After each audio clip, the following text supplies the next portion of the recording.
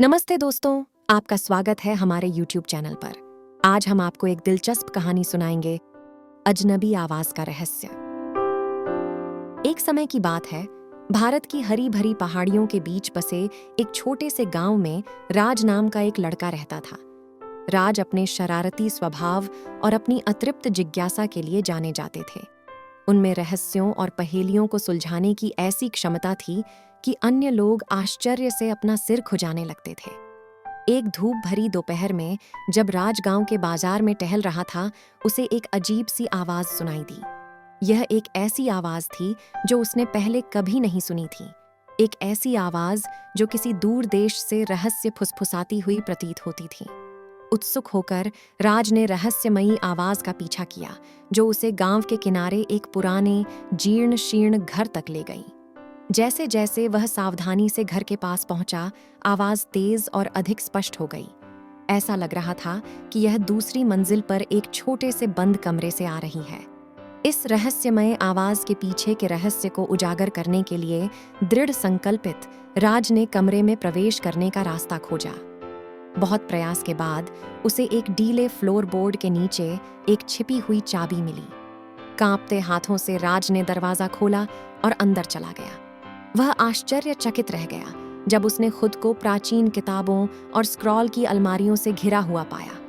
आवाज, जो अब पहले से कहीं अधिक स्पष्ट थी, जिसने धूल भरी मेज पर पड़ी एक विशेष पुस्तक की ओर इशारा किया।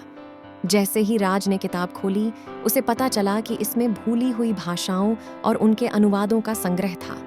वह आवाज, जो किसी अज्ञात भाषा में बोल रही थी, अचानक एक ऐसी भाषा में बदल गई जिसे वह समझ सकता था।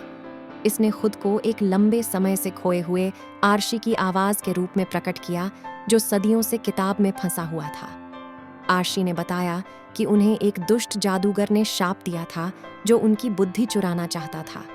श्राप को तोड़ने का एकमात्र तरीका किताब के भीतर छिपी एक पहेली को समझना था।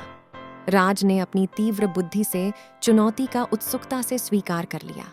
दिन हफ्तों में बदल गए, क्योंकि राज ने बिना थके प्राचीन ग्रंथों पर ध्यान केंद्रित किया, प्रतीकों को समझा और सुरागों को एक साथ जोड़ा। हर गुजरते दिन के साथ वह पहेली को सुलझाने और आर्शी को उसकी शाश्वत जेल से मुक्त करने के करीब बढ़ता गया। अंततः अनगिनत रातों की नींद हराम करने के बाद राज ने कोड को क्रैक कर लिया। पहेली ने एक छिपे हुए ताबीज के स्थान का खुलासा किया, जिसमें अभिशाप को तोड़ने की शक्ति थी। आर्शी की वाणी से प्रेरित होकर राज घने जंगलों और दुर्गम पहाड़ों के माध्यम से एक विश्वासघाती यात्रा पर निकल पड़ा। आखिरकार वह उस पवित्र मंदिर में पहुंच गया जहां ताबीज छिपा होने की बात कही गई थी। सांस रोककर राज ने मंदिर में प्रवेश किया और ताबीज को एक चौकी के ऊपर रखा हुआ पाया। जैसे ही उसने उसे उठाया, एक चकाचौंध रोशनी कमरे में फैल गई और आर्शी की आवाज हवा में गूंज गई। आर्शी ने कहा, राज, आपके अटूट दृढ़ संकल्प और बुद्धिमता के लिए धन्यवाद। आपने न केवल मुझे मेरी जेल से मुक्त कराया है, बल्कि हमारे पूर्वजों की खोई हुई बुद्धि भी लौटा दी है। आपका नाम आने वाली पीढ़ियों तक याद रखा जाएगा। उन शब्दों के साथ श्राप टूट गया और आर्शी की आवाज फीकी पड़ गई। राज एक नायक के रूप में गांव लौटा। उसकी बहादुरी और बुद्धिमत्ता की सराहना की गई। रहस्यमय आवाज और उसकी पहेली को सुलझाने वाले युवक की कहानी दूर दूर तक फैल गई, जिससे दूसरों को अपनी जिज्ञासा को समझने और अपने आसपास की दुनिया के रहस्यों को जानने के लिए प्रेरणा मिली। और इस तरह मास्टर कहानीकार राज की ये कहानी अनंत काल तक जीवित रही।